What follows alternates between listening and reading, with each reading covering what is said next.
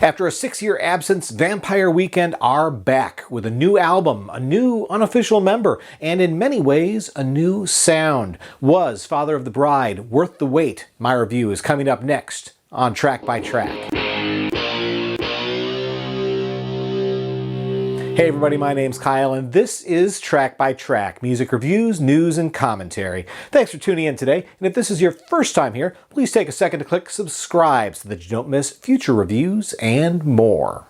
I have to admit, for a while, I was not looking forward to a new Vampire Weekend album. I really enjoyed the band's first 3 albums. I'm pretty sure I bought the self-titled debut album back in 2008 based on my curiosity about the band's name and the intriguing cover art, not having actually heard any of the music at the time. Streaming and YouTube weren't really a huge part of music discovery yet, so sometimes on a new release Tuesday, I just take a chance on an unknown artist. And I'm super glad I did. Vampire Weekend's first album is one of my favorite debut albums of all time. I think it's a brilliant and unique musical statement that firmly established a refreshingly new sound. 2 years later, with the release of Contra, Vampire Weekend triumphantly avoided the dreaded sophomore slump, delivering a second album that was nearly an equal to their first. In many ways, it was more of the same, more of a continuation than an evolution of sound, which was fine with me, really. Both albums were relatively short, clocking in at about 35 minutes apiece, so neither ever really risks overstaying its welcome. Another 3 years passed before Modern Vampires of the City came out, and this was an album that I had to warm up to. At the time, it actually did feel like a departure from their first 2 albums, though not a dramatic one necessarily. Clearly, the band's sound had evolved much more than it had between albums 1 and 2, and it took me a few listens to get into a compatible headspace. I did come around to it, and pretty quickly as well. I just had to adjust to the maturing sound of these modern vampires of 2013. But as the years passed, I started to grow concerned about the future of Vampire Weekend. Album 4 was taking an unusually long time to appear, and members of the band were busy working on other artists' projects. When it was revealed in 2016 that Rostam had left the band, I feared for the worst. Well, maybe not worst, but I definitely had concerns about whether or not Ezra Koenig had a strong enough creative vision on his own to drive Vampire Weekend forward. Initially, we were hearing that Rostam would remain involved with the new album, but as time passed, it became more and more apparent that his contribution would be less and less significant. Meanwhile, Rostam released his own solo album, Half-Light, in 2017, an album that left me feeling underwhelmed and wondering what that might mean for Vampire Weekend. Was Rostam perhaps not as influential on the vampire sound as I thought, and maybe Koenig was better off without him? Or were Koenig and Rostam like two sides of the same coin, and neither was as strong without the other? Either way, I started to temper my expectations. So back in January, when we got our first chance to hear new music from album number 4, my reaction was mixed. Harmony Hall was not just the lead single from Father of the Bride, it was also one of only 2 songs on the album with which Rostam had any direct contribution. And the funny thing about that was that to me it didn't really ring true. It's a nice enough pop jam, I guess, but it's also a bit more derivative of other artists' sounds than I expected. It's not patently Vampire Weekend as I would think a Rostam Koenig track would be. The band has always infused a bit of world music vibe into their tunes, sort of picking up the mantle of similarly inspired music legends like Paul Simon and Talking Heads. But on Harmony Hall, the vibe takes on much more of a 90s Manchester sound, similar to Stone Roses or Soup Dragons. Do I like it? Yeah, but it just didn't get me hyped for the album. On their first 3 outings, the band felt like trailblazers. This song felt like they were following an already well-worn path. That being said, the pseudo B-side to Harmony Hall actually resonated more strongly with me.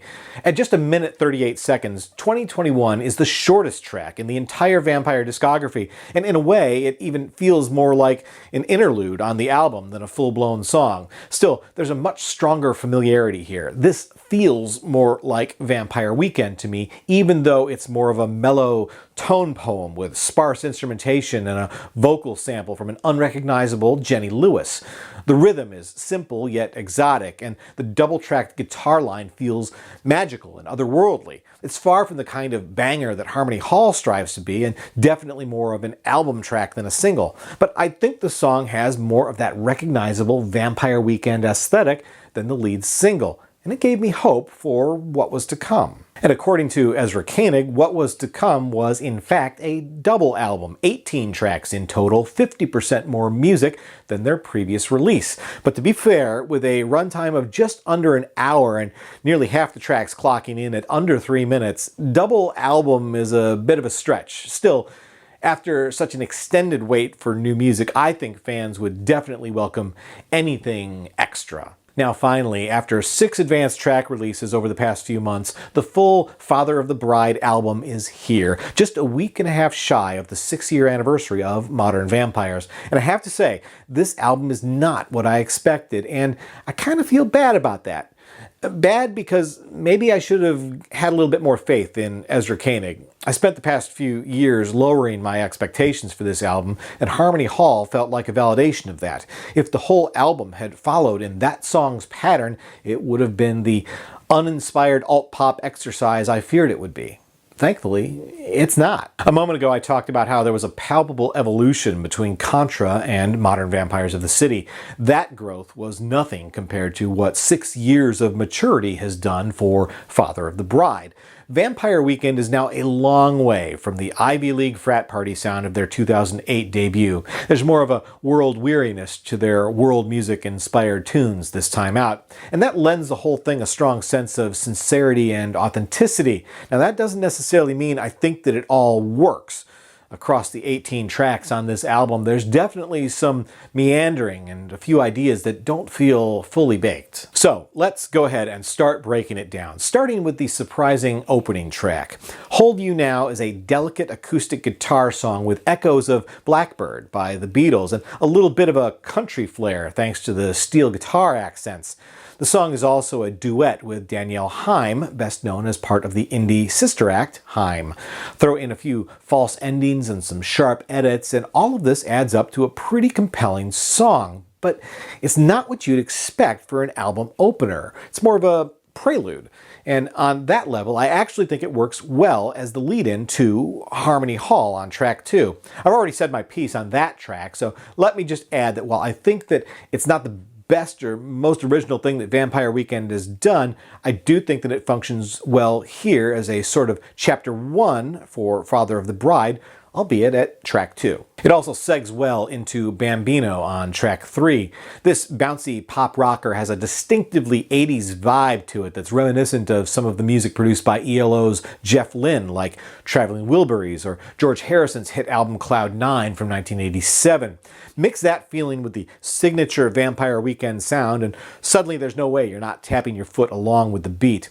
It's a fun song that at just a minute and 45 seconds is all too short, but at the same time, it feels like it's accomplished exactly what it wanted without belaboring the point. That fun retro vibe continues on This Life, which strongly channels Brown Eyed Girl, and conversely, I could totally hear Van Morrison covering this song himself.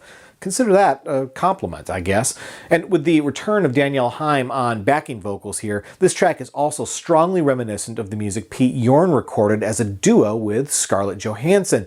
Definitely a fun vibe, but with deceptively despondent lyrics. This is perhaps the most upbeat song about a couple cheating on each other since the Pina Colada song. Now, I'm not sure what to make of the next track. Big Blue is a sort of environmental ode and one of several songs on the album that shares themes about the ocean.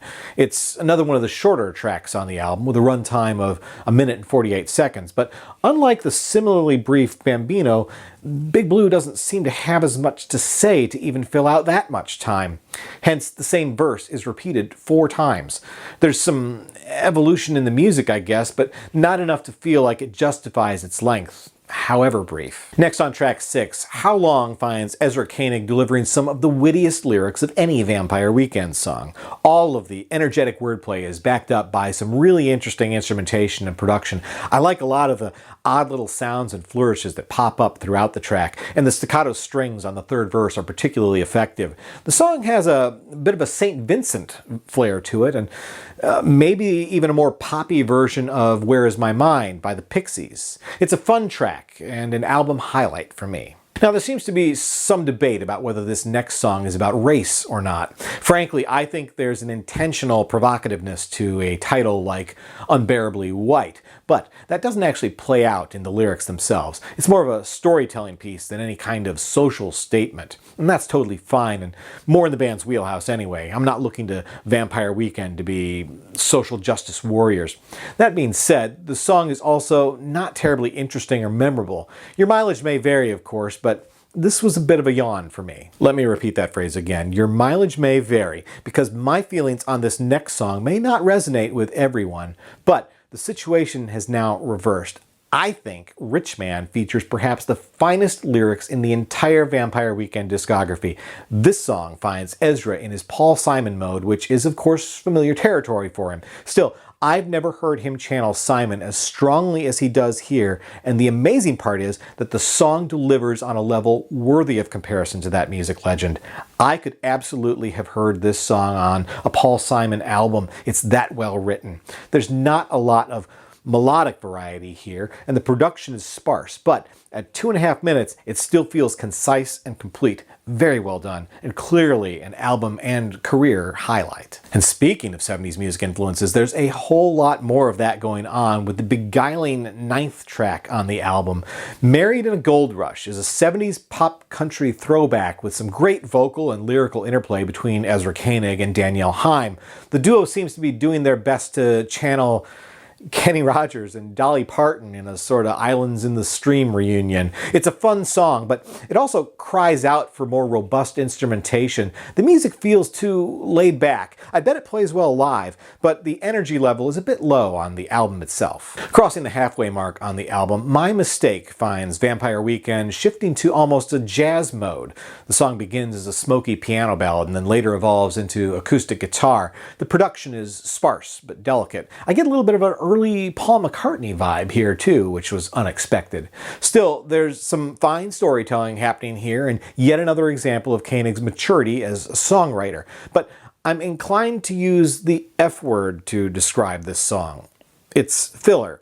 Now don't take that the wrong way. Every album has filler. It's the glue that holds an album together but doesn't necessarily stand out on its own. My Mistake is a fine song, but not a standout track on the album. Next on Sympathy, we have what may be the most old-school VW jam on the album. Similar to How Long earlier on the album, Sympathy has all kinds of interesting sonic elements going on. I love the cacophony of sound and percussion, particularly in the final stretch. It's a very fun track, but let's address the elephant in the room here, which is that this song channels the Doobie Brothers' Long Train Running pretty hardcore. Both rhythmically and melodically, there's moments when this song is a dead ringer for that 70s jam. But in case you hadn't guessed yet, the musical influences of that decade are all over this album. On Sunflower, we get a song that feels like a tribute to more of the hippie sound of the 70s, with an especially Grateful Dead-esque sort of vibe. That's reinforced by the upbeat, jazzy chord structures, the interesting rhythms, and the scat vocals, prominently backed up by Steve Lacy, best known for his work in R&B group The Internet. Steve hangs around for the next song as well, where his contribution is elevated to duet partner. Flower Moon maintains the Grateful Dead vibe while also tossing in some of that familiar Paul Simon influence. But I can't help but get a hint of another 70s music icon here, and that's Dr. John. If you don't hear it in the keyboards, you can't miss it in the repeated right place, wrong time lyrics. Buried all the way down here at track 14 is 2021, a song I've already talked about, and one of the first songs we heard from this album a few months ago. Finally, here in the context of the album as a whole, we can hear how it works as a sort of musical interlude. It's a filler track, to be sure, but a well-done filler track. Not an album highlight, but not one that I'd skip either. Next up, we get the third full-blown duet with Danielle Haim, who, at this point, seems to be an unofficial vampire. And spoiler alert, there's more of her to come. We Belong Together is very unmistakably Vampire Weekend, but at the same time, it's patently Jack White, to the point of extreme deja vu. I could totally hear Jack singing lines like, "We go together like pots and pans, surf and sand, bottles and cans. We go together like lions and lambs, oh, we go together." So, don't get me wrong, I like the song a lot, but I can't help but feel like it's the best song that Jack White didn't put on his last album. Alright, so on track 16, the 1970s vibe reaches its peak. There's a little bit of everything going on here. The Grateful Dead and Paul Simon are still at the party, but now also a little Fleetwood Mac, reinforced by Haim's backing vocals. There's also a tropical vibe that calls to mind Jimmy Buffett, and I don't believe I'm referencing this twice on a Vampire Weekend album, but the Pina Colada song. So, here's the thing. This song doesn't work for me as a Vampire Weekend song. I could hear this on a Dawes album, maybe, another band that famously channels the 70s in their music. But here, I think it's the most out-of-character track on the album. I don't hate it, but I don't really get it either. As we enter the home stretch now, Spring Snow seems to want to maintain some of the tropical vibe of the previous track with its cha-cha-cha sort of rhythm.